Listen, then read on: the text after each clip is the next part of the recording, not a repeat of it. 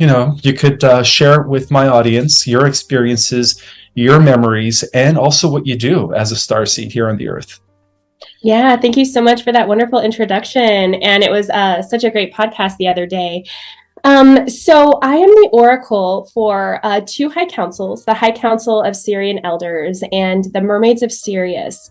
So they both provide specific ascension technologies to support in the ascension process at this time. But I know you did mention that you wanted me to share a little bit about my memories. Would you like me to start with that?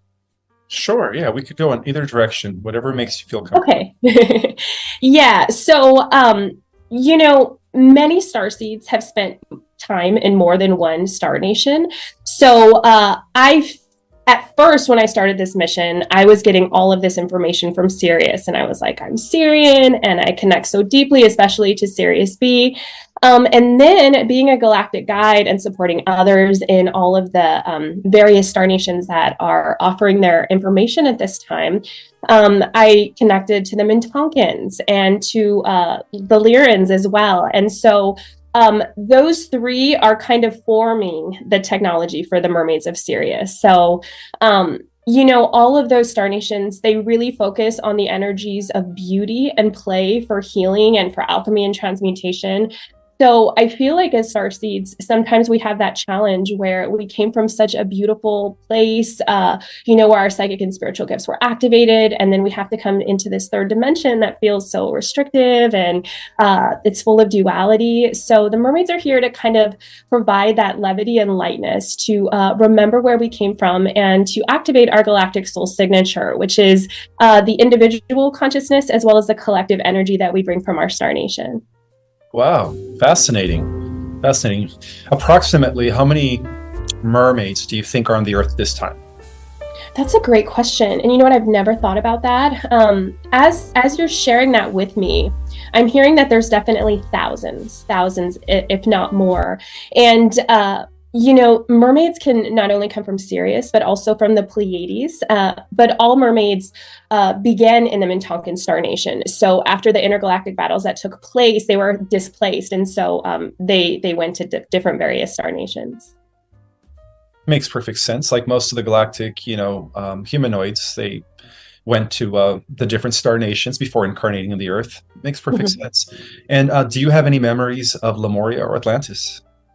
Yeah, I definitely feel connected to Lemuria, and I know that I was doing work as like a water priestess, and a lot of the work that I do now is directly connected to water. I know that there were also memories in Atlantis, but I feel like we get memories back based on the specific lessons that we're learning at this time. And so since Lemuria is so heart-centered, I feel like that's been a big basis for my research and for my offerings. So I haven't really touched too much on Atlantis. How about you?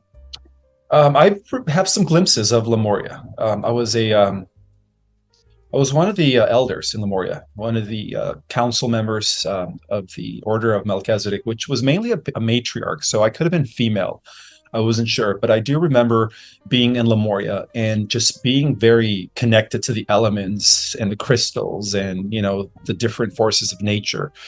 And I do have memories of Atlantis. In Atlantis, I was a high priest. Oh, I'm sorry. I was a god in Atlantis. I was one of the chief guardians of the earth. And it was a very, glorious experience where I do remember just being this multidimensional person where I had access to the amazing abilities and powers. And so that's why when I incarnated as a human being, one of the things that I noticed is that all my powers were, like, what happened to my powers? Why am I in this third dimensional body? I can't do crap anymore, Whereas before I was telepathic. I was able to control the elements, and I worked very well with thunder and electricity. I was able to run it through my body. And so, those are just little glimpses of me in the Atlantean epoch as well as in Lemurian epoch. But most of my memories actually began in Lyra. Yeah, that's where I was able to access a lot of my Akashic records, and I was able to actually write about that in my book, Our Cosmic Origin, which is a book that reveals galactic history and stuff like that. But I'm considered an awakened starseed. And of course, due to my religious upbringing, I had to suppress that for many, many years until recently. I think up until I was the age of 20, I started doing Kriya Kundalini yoga, and then all my memories and all my downloads began to happen. And so I became like an ardent researcher. I was like wanting to, uncover the truth, the mysteries of all these downloads, and if they had any confirmation. And lo and behold, they did. And so those are just, yeah. Yeah, and it feels like our journeys were very similar as well. I was very awakened as a child, but had a very religious upbringing where those gifts weren't encouraged. And so I ended up turning them off at 15, and I didn't touch anything until 30. And then all of a sudden it was like, I couldn't stop it. Memories were coming back, and I was being led to all of these different places. And a lot of it started with my work about healing unhealed trauma and the memories that were coming through. So, but yeah, that's so interesting. And I did end up watching one of the interviews that you did, and I noticed that it took you about 10 years to write your first book. Is that correct? No, it actually took me 10 years to write my second book. Oh, second book. Second book, yeah. Which is the book I recently released a little over a year ago, Our Cosmic Origin. Yeah, my first book, I think I wrote it in about 4 years. Okay. Well, either way, that's helpful, because I feel like it's helpful for Starseeds to know that it does take time in the earth plane to channel this information and to put it into the English language and to make it available as teachings, and translatable really is I think the best word for all of the humans. Yeah, it's very hard to translate like these advanced concepts into verbatim or human language, whereas before we incarnated, we were all telepathic. And that's really the language of the Starseed nations. That's the language that we use across the multiverse. I always have to remind people that words in verbatim and, it's all left brain oriented, and it's rather primitive when it comes to, fifth dimensional beings and above who are just telepaths, And that explains some of the children who are mute, who have a difficulty speaking at an early age, who don't even start speaking till the age of 5 or 6. And then, of course, they get labeled with autism and, all these other distorted terminologies. But that's why they get labeled, because they're advanced, interdimensional beings from higher realities. And it's very hard for them to fit in. Was it hard for you to fit in growing up? Yeah, I always felt like I was a little bit different. And, astrologically, I have an Aquarius rising. So Aquarians sort of enjoy being different to some degree, but I can feel how it was very isolating, because, the people around me didn't really understand. And I could connect with all sorts of people to some degree, but not until later in life did I really have those deep soul connections where I actually felt seen and heard for who I am. Interesting. And have you had any experiences with your star family or any contact of that sort? Yeah, great question, actually. Because a lot of my work is connecting star beings with their star family. So, of course, my star family came in very strongly a few years ago. But last year on the Lionsgate, they were kind of like, okay, this is your path, and you're going to start doing galactic channeled readings, and you're going to do all of this stuff. And at first I was like, what? Like when you first get the download, it seems so overwhelming. And they're so amazing. And I really encourage Starseeds to connect with their star family, because it's kind of like, there are sponsors where, we're here in this matrix, but they're sort of like watching it on the outside, and they can give us resources, or they can open doors and connect us with the right people. And the kind of cool thing about it is that we've also done the same thing for them. So our star family has gone through other experiments, either on the earth plane or in other star nations, and we got to be that. So when I first got that download, that like we've also offered support, it kind of helped me to alleviate like some of those fears of like unworthiness or not being like ready or prepared, because we're all just playing roles. Exactly. And how was it growing up with your immediate family? Did they see you as a misfit, or were you more just like, in your own, I don't know. Was it hard growing up with your family? Are they the same? Okay.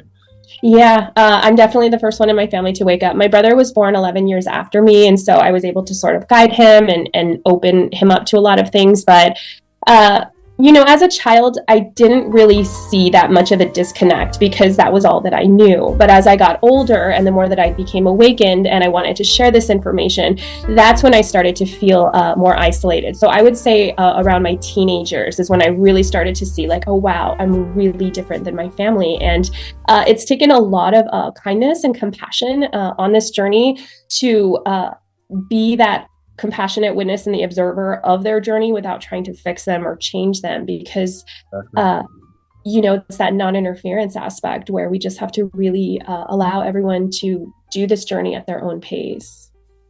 That's wonderfully said. Yeah, same here. I grew up in a family where everybody was asleep, and I just decided to just do my own thing.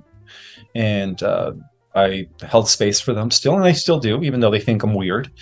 Now they call me a weirdo. I guess they used to call me conspiracy theorist and stuff, because my first book was about revealing the secret societies, the agendas, the secret history of the earth. And so when I first published my book, I was only 25 years old.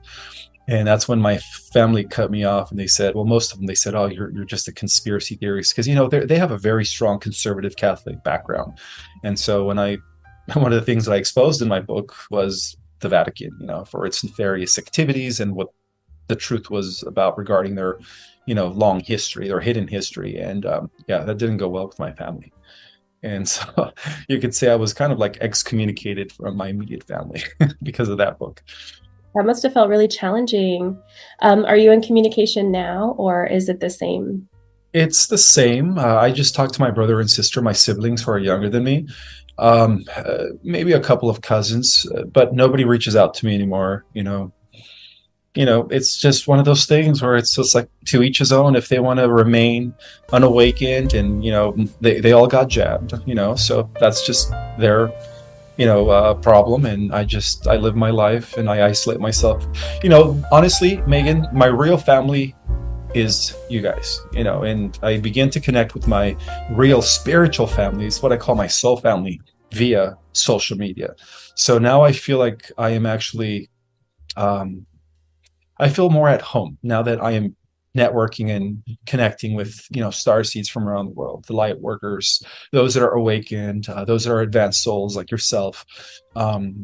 I've always felt that my family was out there, and it was just a matter of time before we all connected. And I guess that's one of the good things that social media provided, was an opportunity for us to connect via the internet, even though we're all spread out geographically across the world, but it's been giving us an opportunity to finally connect. And so that's what I felt. I've always felt like my real family was you guys.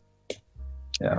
Yeah, I can absolutely relate. And it takes a lot of courage to step into your purpose in that way, and to do things that your family of origin would not approve of. And I feel like you're sort of pioneering what a lot of starseeds are being asked to do, to break out of these matrices and this programming and the tribal mind. And it can feel really scary. So I feel like it's so important to have those examples like yourself, that are stepping into their authenticity and transparency. And then that authenticity is what connects us, like you said, to our soul family and to other beings that are on this path.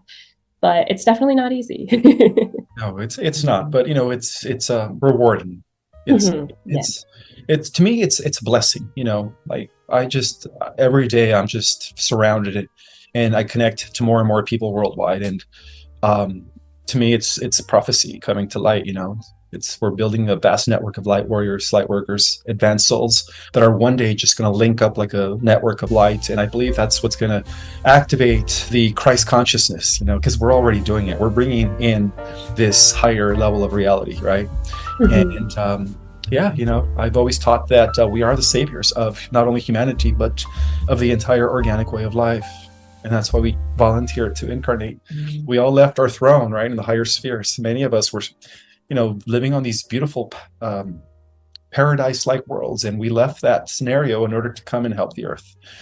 And so it's an honor to serve, to serve the oneness of everything that is. Yeah, it's so beautiful, and it's so true that it is an honor. And that's what's been so amazing about working with the Mermaids of Sirius and the information that they offer us, because they really do give us this protection and information, this archetypal programming that allows us to move from this place where we've been at as a collective through learning through suffering and through duality and all of this intergalactic wars. And it's like we're already here in New Earth, but we need that. We need guides. We need someone that has gone that way. So, people like yourself that are stepping in, and what the mermaids offer is technology for each of our chakras to simultaneously integrate and heal our shadow, as well as to offer us gifts of the mermaid archetype to kind of flow with life. And so they offer the divine qualities of God within water, which is really the most powerful element that can support us in moving from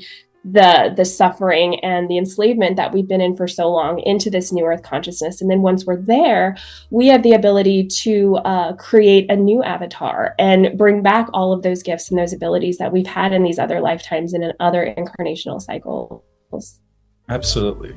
Do you ever have you ever connected with your other dimensional selves? And if so, can you describe the experience of Yeah, there was one very clear moment that I can remember where I first experienced what multidimensionality was, and I could see myself, but it was another self, and it was in this space that looked very like Grecian. There were long green courtyards everywhere, and I was sitting next to this woman in white, and I knew that I'd always been there and I'd always be there. And I looked down and I looked around, and it was just everything as far as like what we see in the third dimensional. I was like, wow, everything I thought was true is not true. And it became so much bigger. But that moment was a huge catalyst for a lot of my expansion. And I ended up changing a lot of the things that I was doing in my human life, and really stepping into this place. So I've had glimpses of other things like that. But for some reason, just that first taste of like what multidimensionality actually is, that it's so much bigger than just being in a form, was super powerful.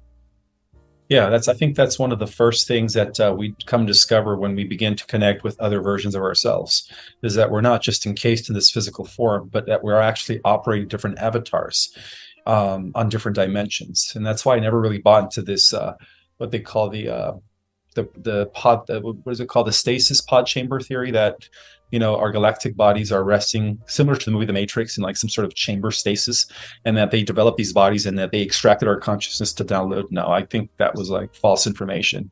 I believe that our galactic bodies are not in a stasis chamber.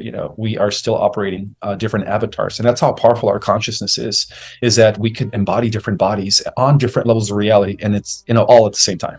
And I've always believed that, and that's what multidimensionality is to me. It's connecting with all these different versions of yourself that exist in other dimensions. Yeah. I love that you share that. And it also makes me think of coming back to a space of 0 point where, in quantum reality, everything is happening at once. So I like to think of it more as like parallel lives rather than past lives. But, we've spent time here, we've spent time in other star nations, and it's all happening at once. So when we get these glimpses, oftentimes it's connected to a lesson that we're also learning in this moment. And so the more that we can kind of take those like particles or those electrons of like these other lifetimes that we have and bring them back here, we become more full and whole and present now. And I feel like that's a big part of the ascension process, is kind of just going through and regathering all the parts of us that have like fallen away along the way. So we are definitely on the same page when it comes to that. That's amazing. So do you offer any courses or classes where you help others connect? Yeah. So I just did my first live journey called Galactic Leadership Training, and I'm in the process of evergreening that. So it'll be available as a digital course by December. But so basically the Galactic Federation of Light came to me and they were like, we need a curriculum for New Earth consciousness, because Starseeds had this soul contract of basically being boots on the ground. And it was like, we just had to fight, and like everything was just in survival mode. And now it's like the rules of the game have changed. And in order for us to understand this new role that we offer, all of these Star Nation ambassadors have come in to support us in these lessons to be a leader in this New Earth consciousness. So the Andromedans, the Arcturians, the Sirians, the Pleiadians, the Mintonkans, the Lyrans, and the Orions all offered their wisdom. And so it's a 6 class course that talks about how to step into this new earth consciousness, along with how to resource and connect with the Galactic Federation of Light that is really supporting us in this. I feel like so many starseeds, like you said, feel alone, like we're all over different places of the world because we're activating the light grid in that space. So when we recognize our star families and our soul family and the Galactic Federation of Light and all these other beings that want to help us, it really helps us to remember we don't have to do this by ourselves. And I think when we feel like we have to do it by ourselves, that's when like the loneliness and the isolation and depression or grief or whatever else we might be experiencing can set in. And speaking about that, would you say it's a commonality that a lot of us starseeds, as we're growing up, we do experience phases of depression, isolation, and loneliness because of the fact that we feel different? 1,000,000%. Yeah. And, it's like that dark night of the soul. And I feel like we go through layers of it. I feel like there's an unraveling where we'll get to a certain space, and then depending on how much karma we've chose to neutralize, or the situation that we're at in our life, or how long it's taking in the third dimension for some of the things that we're working on to materialize, it is very common. And so I feel like the more that we can just honor that we can feel all of the emotions simultaneously, and that our emotions are actually our safety net. And that's sort of like what the Pleiadians share, is like the power of our emotions. And yeah, I think we just need to speak more about this, and anything where people feel like they're alone or isolated or the only one feeling that is always false, because we're basically a carrier of God consciousness, but everything in us is also outside of us. We're just holding it in a different form, so we have a different view of how it looks to us. Absolutely. Totally agree. Now, what is your interpretation of the dark night of the soul, and how can we best navigate when we have that experience? Yeah, that's such a great question. So I feel like the dark night of the soul can be many things. Oftentimes I see it as a tower moment where we were on this path, and maybe we thought that things were going to turn out a different way, and we weren't in alignment with our true path and purpose. So things have to fall away. And I feel like this happens a lot, especially when people first wake up. And this was true in my personal experience, where at age 30, I discovered that I wasn't living the life I was supposed to be living, and I had to quit my job and leave my marriage and move and essentially start this whole teaching modality that was completely different. And, we have to honor those human emotions that come with those big changes. And another dark night of the soul aspect can be just karmic neutralization in general. When we're having to look at our shadow, as well as the shadow of our lineage and the people around us, because I feel like it's important to note that as starseeds, we chose to neutralize a specific amount of karma, and based on how much light or information we could carry within our form, some of us have more than others. And, for example, you shared that you were like a god in Atlantis or this and that. So obviously you have the capabilities to handle and clear more than someone that may not be as far along on your path or experienced your level of expansion.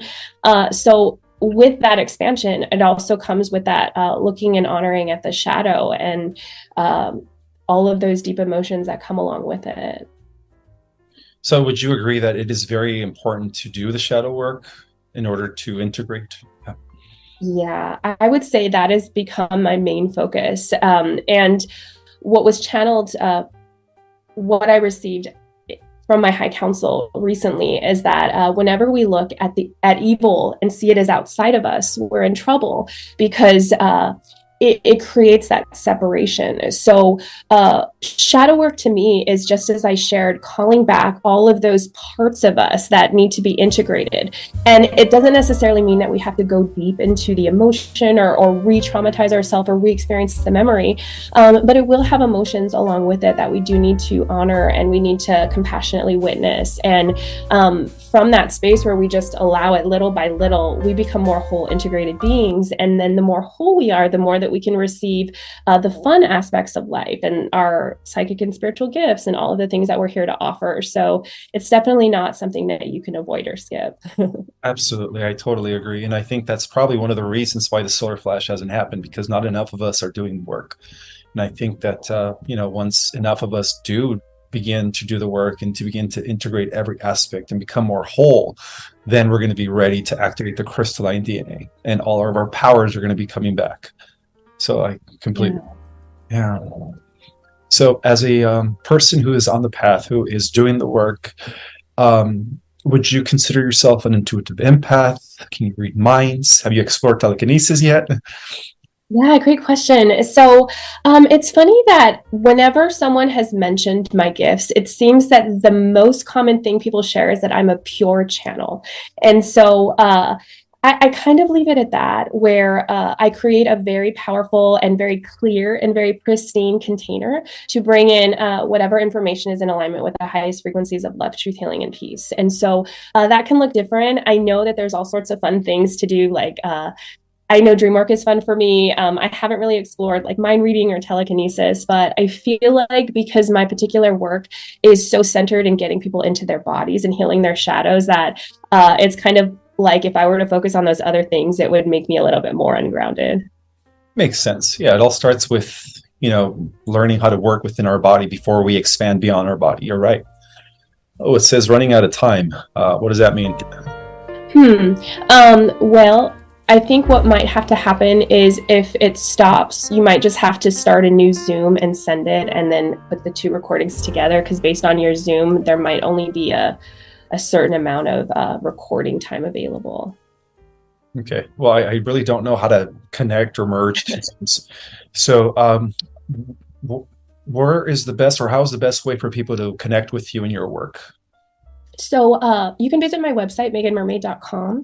And currently at this time, I offer astrological healing sessions, which is more based on that shadow work and character avatar optimization. And then the galactic channeled readings are where I do them either in audio or in person or excuse me, one-on-one Zoom sessions and channel your star family and the Galactic Federation of Light or whoever wants to come through. So those are my main things that I'm doing at this time. I should say that we have like 6 minutes left here, so I guess we could. Yeah. Awesome, cool, and just if it's okay with you, like, what are some of the tips if you were to have a message to all the star seeds out there? What message would that be? I feel like the most important thing that we can focus on is our vibration. Like literally, we're stepping into what is called the revolution of joy. So there's a lot of dark entities and agendas that want to keep us in fear and want to keep us in enslavement. And so the more that we can focus on what lights us up and what makes us happy and continue to celebrate, even if in the third dimension we don't see the outcome or we don't see that there's a solution, it's continuing to do whatever we need to heal ourselves and bring in that higher vibration of joy, because that's what's going to be the tipping point for ascension. Any tips on that? Like, how does one best achieve that vibration of joy? Yeah, great question. So, the mermaids teach about the three pillars of self love, self forgiveness, and self mastery. So, it's basically becoming responsible for your mind, becoming responsible for your body, and becoming responsible for having really powerful compassion for yourself and essentially becoming your best friend, your biggest fan, and your head cheerleader. So, when you're doing that, you're going to see that reflected back, but you really have to follow your heart. You have to listen to what your heart is saying, and it's going to feel really scary sometimes. But even though it might seem safer to stay in a job you don't enjoy, or in a relationship that's not serving you anymore, or any of these other things that we attach to as humans, really the only safety is trusting in the voice of our heart and following that. And that's really what's going to light us up and activate that galactic soul signature that is unique to us. Totally agree, my sister. I couldn't say it better myself. Yeah. Is there a name to the council that you work with, or they're just known as the Mermaid Council? So it's the Mermaids of Sirius, and so the Mermaids of Sirius are sort of like the consciousness of like my sisters or my peers. So right now there are 8 that I'm working with that represent the first 8 chakras in our chakra system, but there's many more, and I would consider myself to be an embodied aspect of them. And then the High Council of Syrian Elders are sort of like the elder parents that have that broader wisdom that they're more focused on self mastery, where once you reach that level of self mastery, then the mermaids teach you how to enjoy the earth plane in a good way through sovereign sensuality, which is recognizing that your sensuality and spirituality are connected. They go hand in hand. And when you honor that in yourself and in your body, you are honoring yourself as God. Wow. So true. So true. Wow, that's amazing. Well, thank you so much, Megan, for being Thanks for here, having me. sharing your knowledge and wisdom. And I think that a lot of star seeds out there are going to resonate with a lot of this information. Thank you. Yeah, it's taken me 7 years to channel and integrate, and I feel like it's finally at a place now where I can offer that same support for others. So I really appreciate this, and thank you for the conversation. You're welcome. My pleasure. And of course, I will put your links in the description for people to, follow up with you and take your courses and stuff. Is there Great. anything else that you'd like to share before we close? No, I don't think so. I think we've covered a lot. Yeah, even though we had this time constraint, I feel like it was still plenty of time. Yes, yeah, very, packed with a lot of good knowledge and information. Well, thank you so much for being here and being my guest. You're actually my first guest. Wow, I feel special. Yeah, I'm going to start doing more interviews where I interview other starseeds as well, or other light warriors as well. So That's awesome. I look forward to that. well, you have a wonderful day, and thank you so much for your time, Megan. You as well. Take care. Best of luck. Bye. Bye.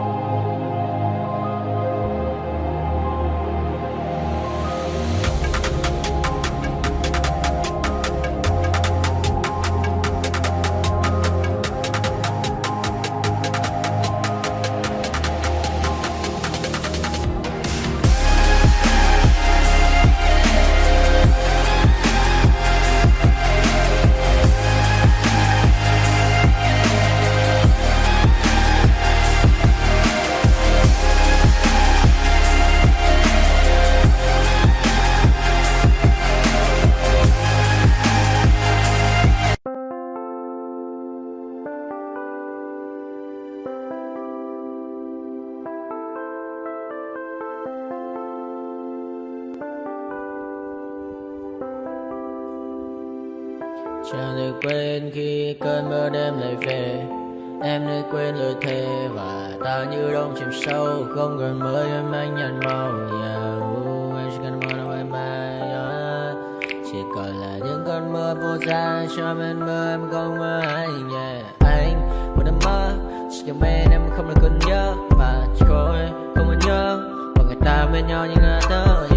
Muốn nhớ người say em chỉ còn với em ở đây. Và anh như muốn chết đi nhưng không muốn em mơ mày. Tình yêu làm cho ta đau đầu. Không em như mà mơ mộng. Anh như nếu mong cầu. Và mưa bên em hôn sầu. Chắc có mà mai em mơ. Chỉ có bên em nhưng là khó mơ. Mà đang dài em muốn bên ai. Anh không mong gì hơn. Chỉ mong em sẽ ở đây ôm anh thật gần. Anh chỉ mong đôi ta được có nhau. Mà đừng em đâu anh có em. Một đêm bên anh có em. Ta sẽ trao nhau môi hôn thật sâu. Ôm anh.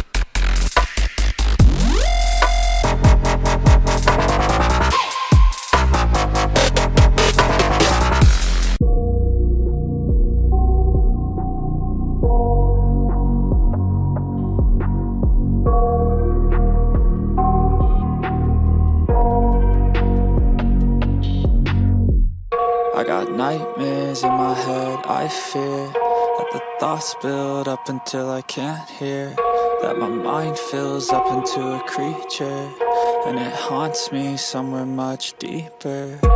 Anxiety, filling up every space, no privacy. And silently, it could build and build until you finally see, whoa, it's taking over, damn, no closure, moving closer. No exposure, I just wanna be a loner. Some can't stay sober, looking over all their shoulders, like moving boulders just to get out of the home. It sucks, I've had enough, I don't wanna feel the stuck under the rug, all my problems that I shove.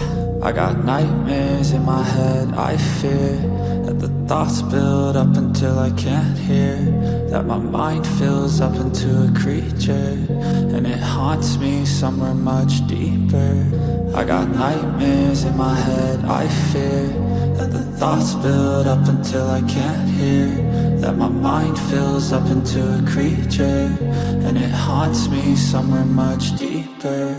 I've been feeling weird, I can't seem to focus good enough. Nothing's really clear, sometimes it could be a little tough. I just need to feel like the end's in sight for me, but let's be really real, anxiety can foggy all this stuff. I've been feeling weird, I can't seem to focus good enough. Nothing's really clear, sometimes it could be a little tough. I just need to feel like the end's in sight for me, but let's be really real, anxiety can foggy all this stuff. It sucks when you finally feel like giving up. Oh God, no luck, everything feels like you're sticky stuck. I'm lost, handcuffed to the bed where I sleep, don't give a fuck. Can't stop, unplug, feeling over